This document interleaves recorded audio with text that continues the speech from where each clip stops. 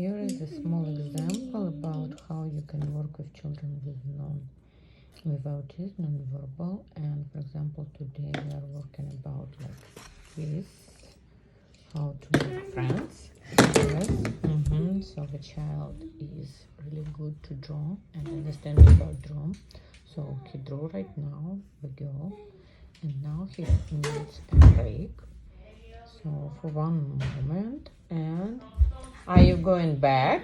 Are you ready to continue? That's good. So who else here? So sometimes when you play with someone, you can be wrong, and this how you can practice to say sorry.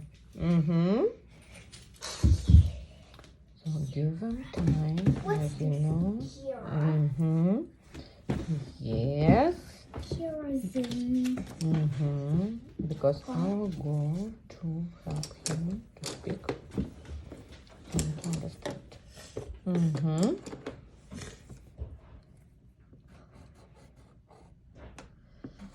Wow.